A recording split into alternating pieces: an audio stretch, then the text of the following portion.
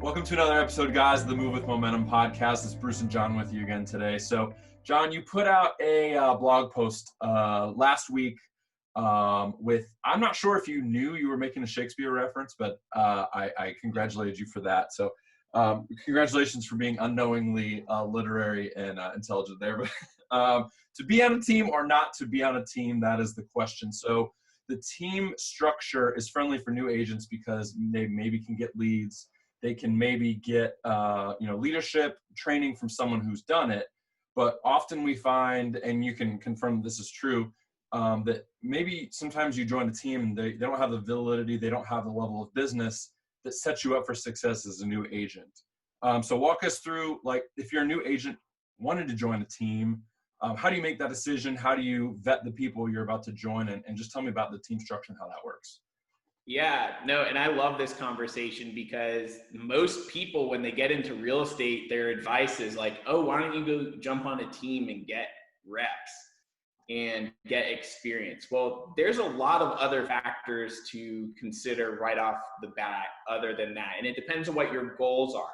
So if you're coming from like a W-2 job, an employee, and you're going to be on a team, you're basically becoming an employee on the team. So what were you switching job roles for? Now you just don't have insurance and your taxes is higher, right?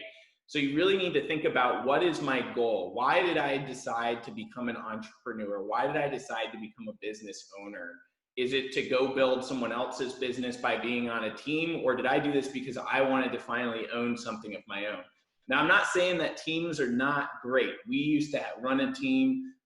We've networked with the top teams in the country. We've networked with the top teams locally. We ran one of the most profitable real estate teams. We were the poster child at our prior brokerage for running a profitable small powerhouse team that had 70% plus profit margins for a period of time.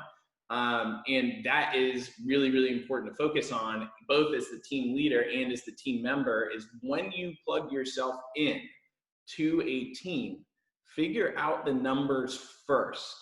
Because here's the thing, if you're plugging yourself into a model that has a 50-50 split and then your brokerage takes 36%, and then instead of a 3% commission, it's a 2.5% commission, and then you're paying your self-employment tax on top of it, you have this giant pie in front of you, and then you actively chose to take this piece of it. Does that make sense? Yeah.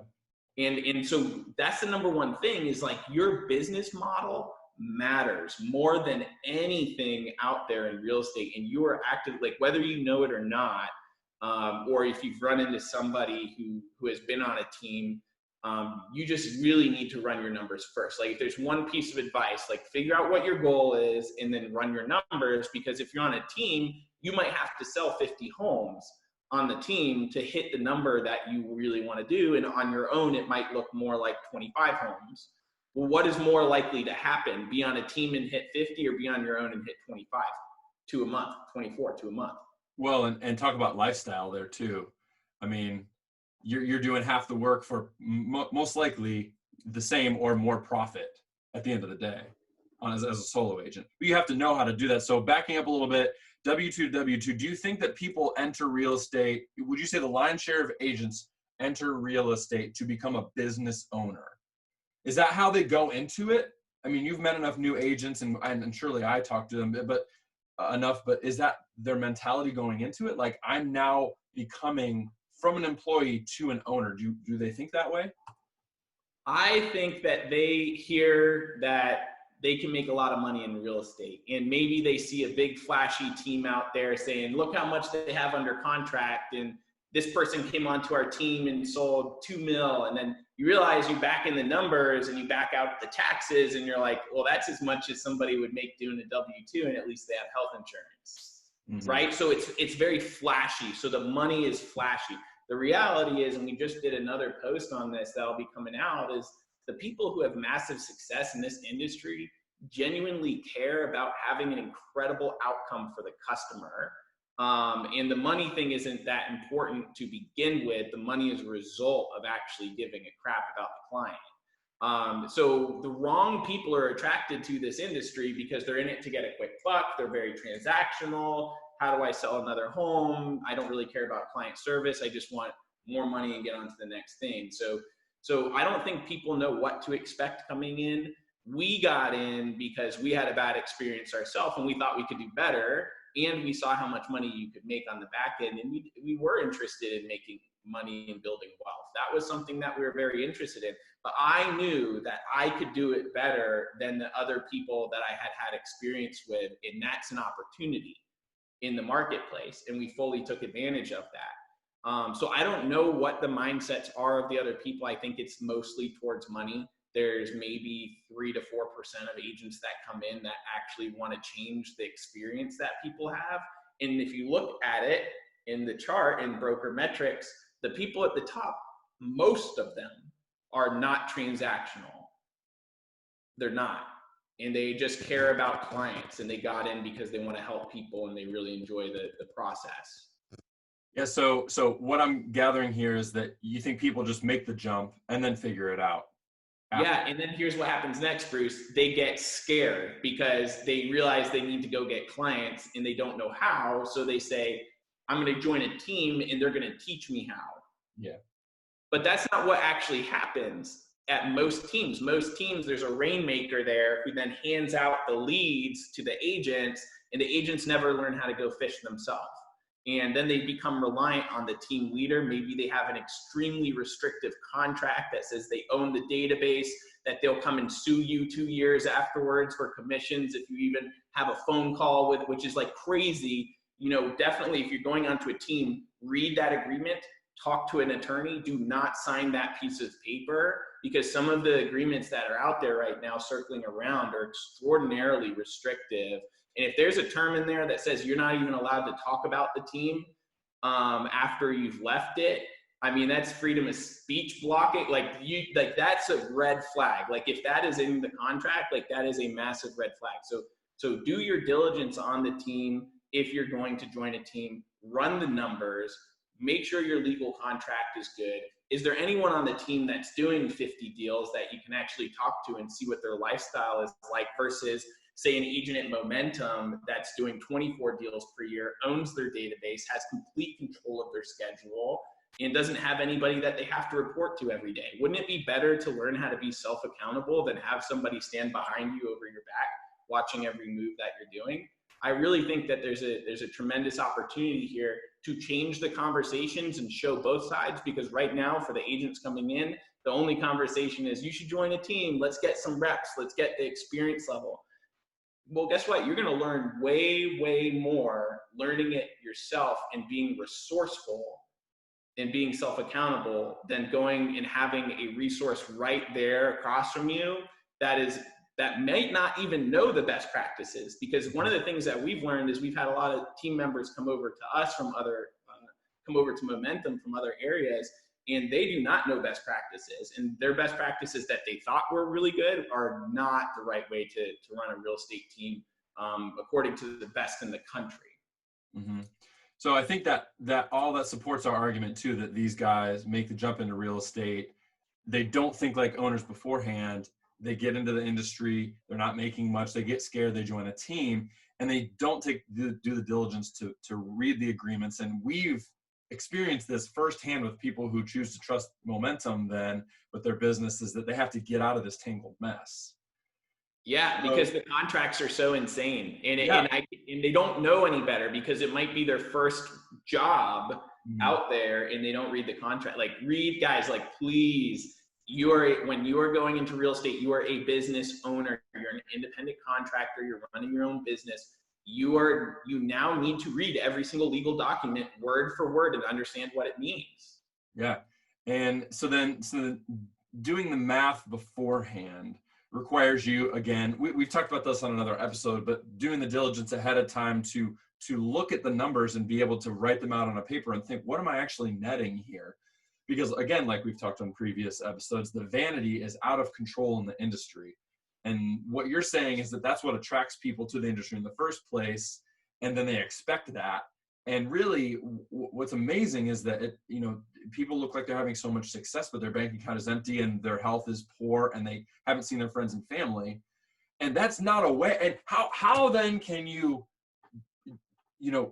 usher in someone's largest transaction positively if that's how your life is going? Like, how can you give the client a good experience if that's really what your life is like? So again, making sure that the structure, not only of the independent contractor agreement, but the math makes sense before you jump in. So let's talk. Bruce, let me add to that real quick. And I think they think like when agents are coming in, there's like this magic pill of like joining a team is going to solve all my problems. The same problems that you had on your own are exactly the same that are going to be on a team. And it could be worse because if you leverage out to somebody else, because now there's two people that are reliant for results and that other person doesn't jive with you, you just made a move that decreased your income by this much, and you're working with somebody that you have no control over because they're not your team member, they're not your employee, they're the team leader's team member and employee. So you just lost complete control of your business and of your database when you make that move. So I just wanted to comment on that real quick. Yeah, and so we had an agent come over recently from a large team, and what he said was very profound to me, and his video is coming out, and by the airing of the podcast will already be out. But he said, you join brokerages, and a lot of brokerages, they stimulate business or generate leads in one way. Like, I join this brokerage and they do business this way, online leads. I join this brokerage and they door knock. Like, it seems like a lot of brokerages, or specifically teams, have one method of generating business. And if that doesn't jive with your strengths, if that doesn't jive with your experience, and that can create burnout. And it's like, you even have less than what we already talked about, control, because then there's only one lead generation tactic that you can use. And maybe that doesn't fit with your values or your strengths. Yeah, that's why you see turnover so high amongst teams. So there's like two type of team members: the ones that come in, it's not what they expected, they don't like having a boss overlooking them, and they leave like in the first 30 days. And then there's the ones who are really good that would have been successful on their own, that are there for 2 years, build an incredible business, only to have to leave and hand the database back to the team owner. Yeah. And then they have to start over from scratch. Well, guess what? The business changes very quickly in real estate. The market is different 6 months ago than it is from today. And that same opportunity that you were building for somebody else could be gone. I'm not going to lie there. There's, the rate of change is happening at such a fast rate. You need to start building your own thing right now, your own database right now, your own systems, your own financials, and get that in order, because there's no time to waste right now. Yeah, and to think about, you spent all that time and energy, and maybe your lifestyle suffered, and all the hustle that you spent, and then you leave the team, and like you said, you hand it all over, and you're starting from zero. Well, not zero, because you have the knowledge and the industry experience, but essentially, we talk a lot about building a database and building a pipeline of clients that feed your business going forward. Most of these teams own that, is what you're saying. Like, you don't have ownership over that at all.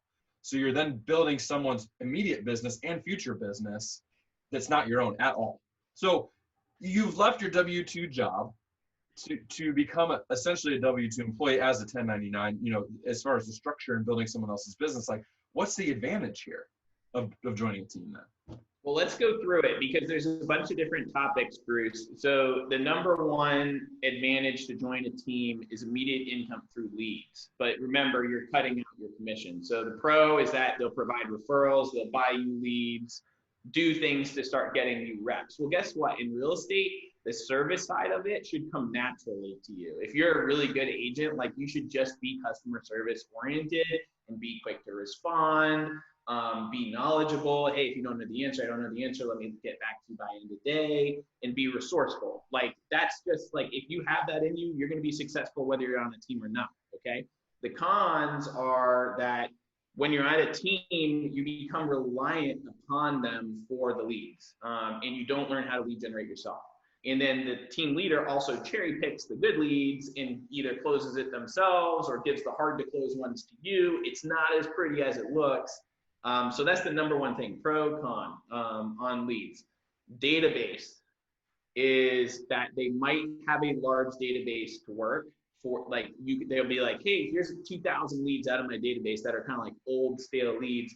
Go ahead and dial through it, shake that piggy bank and see if you can get anything out of it. I'm not against this, by the way. I don't think there's any such thing as a dead lead. You can call somebody, you can ask them, hey, if you're not buying, do you know anyone else who's looking to buy or sell in the next 6 months that I can talk to? There's scripts that you can use. There's no dead lead. Just because that one lead isn't buying doesn't mean you can't build a relationship with them for the future. You have to think long term as a business owner. You can't think just when's my next deal, when's my next deal. Some of the best agents in the country lead generated for like a year and a half with 0 results, and then it hit because they built so many relationships and they were just building their database. And then people transact in real estate only around every 8 years. Mm-hmm. And so, you got to just give it time. Like, it's not going to all happen overnight. Success just does not happen overnight. And I think that's what people are saying. I'm going to join a team. I'm going to see the massive success, but the money is not there. So that brings us into the third one, which is splits. So you're going to net less. Your splits are usually 50-50. If you have higher broker splits, I don't know how you're going to humanly possible make money being on a team. I know they have caps and things like that, but still, I mean, at the end of the day, if you actually calculate out the chunk of money that you're giving back to your brokerage and back to the team, it's insane. And could you create that same value for 10% of the commission if you just took a piece of that and reinvested it into your own business? Probably, as long as you're willing to put the work into the systems and tools.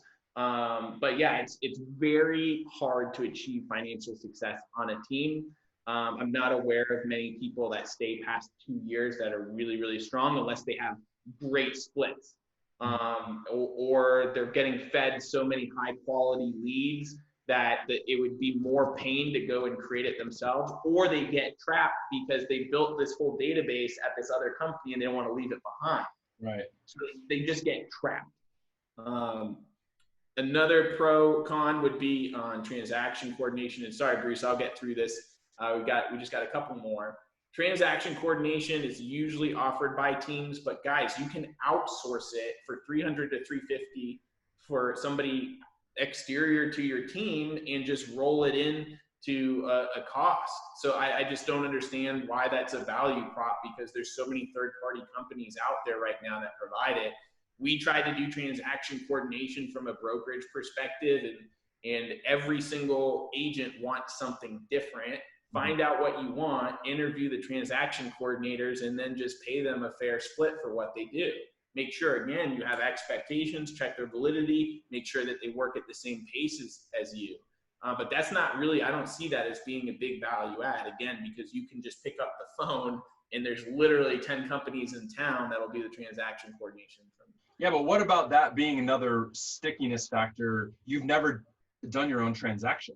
You've been on a team and maybe you've done 20, 30 deals, but you didn't do the TC work yourself. So you don't even know the process through and through. Do you see that too? We do. I believe that it might make sense to use a TC for your first 3 to 4 to see how the process flows from start to finish. But during that time, you should be reading every email, understanding the templates, understanding how to communicate and all that kind of stuff. To really understand the process flow, and then do it yourself, and then do it on your next 30 deals, because you need to understand the common issues that arise, because there are some nuances throughout the process.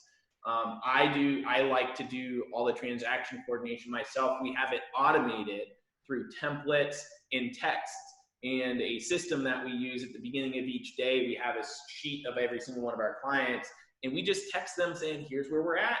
Here's what's going on. Here's the next deadline. This is what comes next. Guess what? We don't get questions from people, from our clients, because they're constantly communicated with every single day. Like what would they need to reach out about? And it only takes us 15 minutes. So I think like agents in their head think it's a lot more complicated than it is. But if you have a simple system like that one, which is taught at Momentum, it's a game changer for you, and your day won't be a ton of switch costs throughout the day. So, and guess what? Most teams don't even operate that way, and their inside transaction coordinators aren't that good. So I think that you should own it yourself. And then after you own it yourself, you get to a certain leverage point where you have enough profit, and then hire it in-house and have the TC also help you with some of the marketing stuff, and it's a win-win. And my point was, and like you said, we teach that at Momentum. You can automate it. It just seems like that's one more thing that would keep you. I'm not ready to jump off the team yet. Like, I don't want to find a TC, or I'm comfortable with the way things are going now as far as the process goes. And maybe you need to be the expert as a real estate agent in the transaction. So if your client asks you a question and you say, I have to go talk to my TC, how do you think that looks? When they trusted you with their largest transaction. So pretend I'm a team member. I'm on a team and I'm starting to think, well, maybe I can do this on my own. What's your advice to someone to get the process started of making that jump? Right now in today's market, again, it depends what your goals are. Like if you're switching into real estate to become a W-2 on a team, just know that when you leave, you're going to have to unlearn everything you learned and become an entrepreneur again. All right. So it depends what your goal is. Like if you have too much fear and you're not willing to do the work and put in the time and effort to learn about real estate, learn the transaction, be resourceful, then yeah, join a team, or just don't get into real estate. That would be my advice. Like go find something else. Not everyone is cut from the entrepreneurial cloth. And it's kind of the conversation that they talk about in Think Bigger, which the number one rule of success is know thyself. And really understand, like, based on my personality type, should I be an entrepreneur or should I be an employee? There's no judgment around it. Just know that the people who own stuff make the most money, and now you don't own anything. Yeah. And just acknowledge that up front and be okay with it. But if you're going to be an employee, be the best employee you can get the highest splits you can get, make sure that you're going to make money, make sure that you kind of own your database in some form for the rest of your career. So if you want to change your mind later, go ahead and do it. But the thing is, like, the brokerages should be helping their agents get their stuff together and say, this is what you need. This is how you're going to succeed. And the problem with that part is, as Momentum has learned on that part, is you can share with them every single resource and tool available, but only a very small portion of those agents will actually use the tools and go out and execute it. Which is unfortunate, because there is a lot more wealth to be built with the agents who are serious about building it. And then there's the people who are like, well, I wanted to be an entrepreneur. I want to build it myself. Well, like, what kind of entrepreneur goes in there, like, says like, oh, like, here's all these successful companies, and I'm not going to study their business models and learn from what they did. I'm going to do what I think is best, even though I have no experience. Mm-hmm.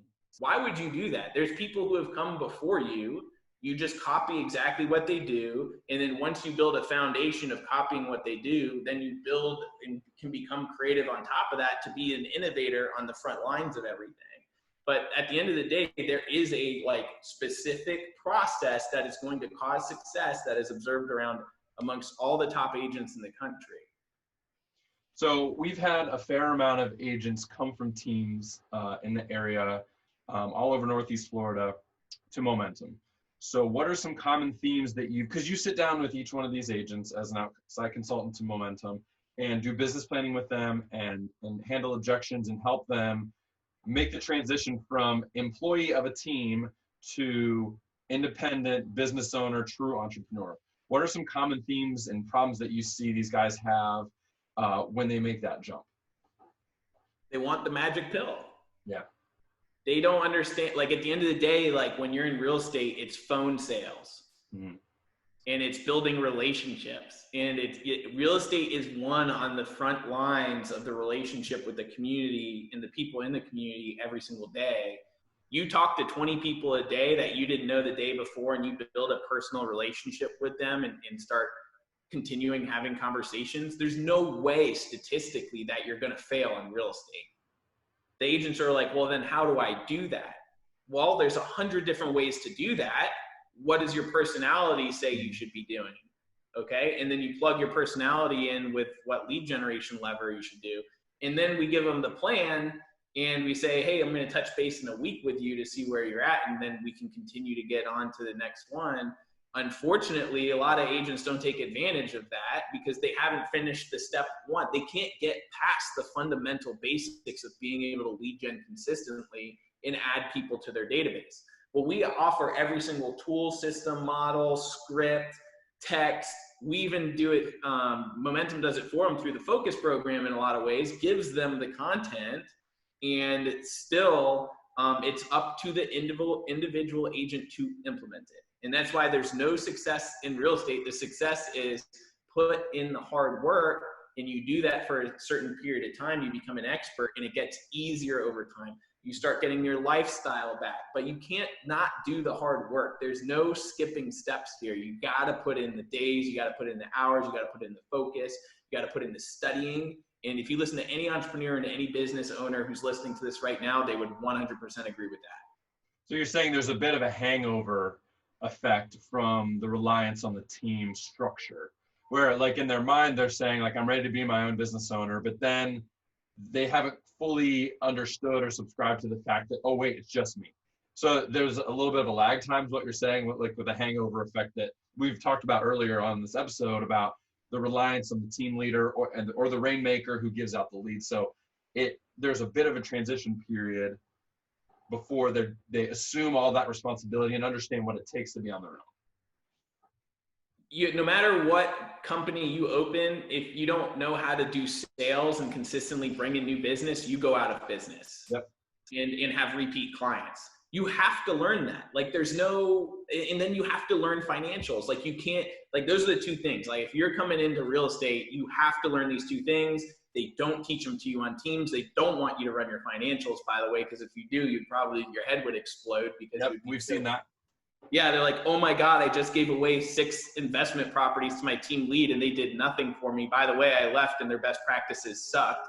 Mm-hmm. And I wish I had just started. This is what they say is like, I wish I had just started off on my own from the beginning and put in the time and effort and learned it the hard way. Well, guess what? Like at Momentum, it's not the hard way because if you are one of those people that can really jive and learn material quickly, you're not going to have any problem because every resource possibly that you would need to be successful is here. How do we know that? Because we did it. And we're looking for people that are more valid in that regards of being able to build a business from zero, from an out of state.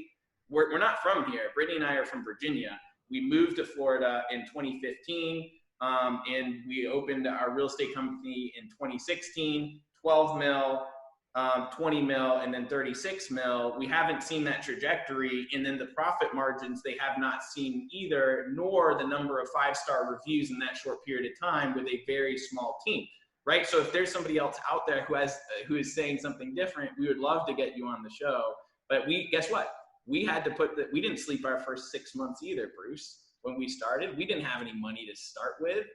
I put in the work going out and door knocking until I got my first listing in the neighborhood that I lived in with crappy flyers that literally you would laugh at this point. But guess what? It worked. I did open houses on the house that I got the listing on. I did the door knocking around the listing. And by the way, they didn't teach this at the brokerage. Mm-hmm. I was just so hungry for money that I did it. And then every person that I ran into, I made sure that no matter what, they had a 5-star experience. Like if I was the face of the transaction, like they were going to get the result. I took personal accountability for it. And if I made a mistake, I owned it and I paid for it. And that's why the word started getting out that we're one of these small powerhouse teams that had massive success, and that it was very easy to start picking up clients because we put the hard work in up front. And then it became easier as we went along. A lot of people, they join the team to not have to do the hard work, and then they have to do the hard work on the back end. Does that make sense? So eventually you're going to have to get down to the nitty-gritty fundamentals of the relationship business that we know that this is. You're delaying the hard work, which is understanding sales, lead generation, and then running your own financials. You're just avoiding it completely, and you're becoming a W-2 employee. Yep. So I think if there's team members listening to this needs they need to start a self-dialogue on what do I really want, And am I willing to jump off this team and start building something myself? And I mean, we've laid out a blueprint for the next steps here. And at Momentum, we're always approachable. Like, reach out to any one of us. We'd start the conversation with you and get you the resources you need to get there, whether you join us or not. You know, we always say that. And to kind of share on that with Momentum's philosophy and what you and Brittany are building there, it's a hybrid team, right? Because we have a Facebook page we're constantly communicating with. We have mentees and mentors. We have a velocity program, which does buy online leads and has a lot of accountability around. And the agents within those have little pods and accountability areas. So, but they get the best of both worlds. All right. So this is like the big thing is like they get the lead generation, they get the self-accountability, they get the group accountability, and they're constantly learning and growing the best practices in the industry. And how is that different from a team? Just you get to keep all of your commission rather than like 25 or 35% of the commission. They use that money, they learn how to reinvest it, learn how to do an income statement, balance sheet for their family, for themselves. And now they're talking about building wealth. How can I buy an investment property? I mean, just this month, Bruce, we've had like 5 agents reach out to Momentum Leadership and say, I want to buy investment properties. What do I do next? Because they're finally building the wealth that they weren't building at their prior brokerage. And that's where things get really cool, because that's where you get financial freedom. Yep.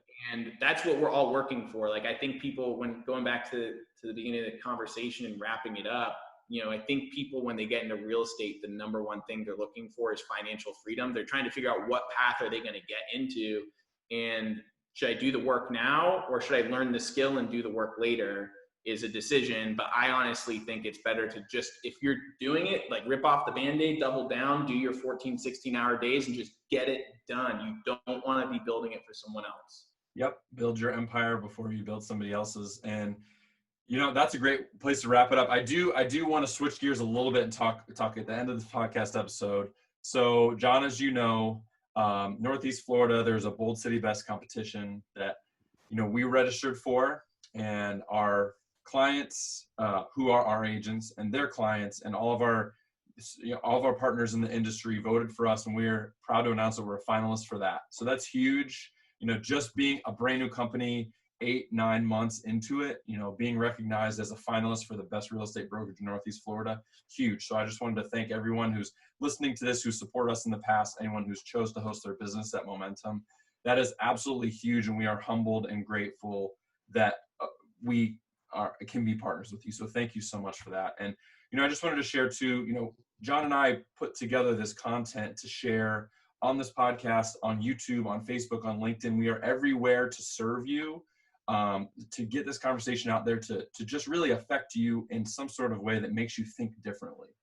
You know, we're all about expanding your mindset and expanding the way you think about your life in order to help you build your bigger life, whatever that should be in the future. So let me just express some gratitude for everyone who's spent time listening to this, spent time supporting us, trusting us with their business. It's huge. So thank you very much. Yeah, thank you guys. I appreciate it. And one last thing is we have some loyal followers. I've been getting some texts from people who have been hanging on every word of these podcasts. So if you're one of those people that watch this content on repeat for like 2 or 3 days, awesome. Shoot us an email. Let us know what you like and don't like. Maybe you're like, John, Bruce, you're full of it on this stuff. You know, or I like that. Communicate with us. We want to connect. You don't have to join Momentum or anything like that. We are looking to build a better world in real estate and have a better experience for the consumer in Florida. And so that's our goal. And we can't do that without collaboration. So please do reach out and collaborate with us. We're excited to connect with you. Yeah. So I'm gonna drop my phone number in the show notes, which is gutsy, and my email address as well, and I will field those. So please, like John said, collaborate with us. We would love to hear from you. All right, thank you so much for listening, guys. Until next time.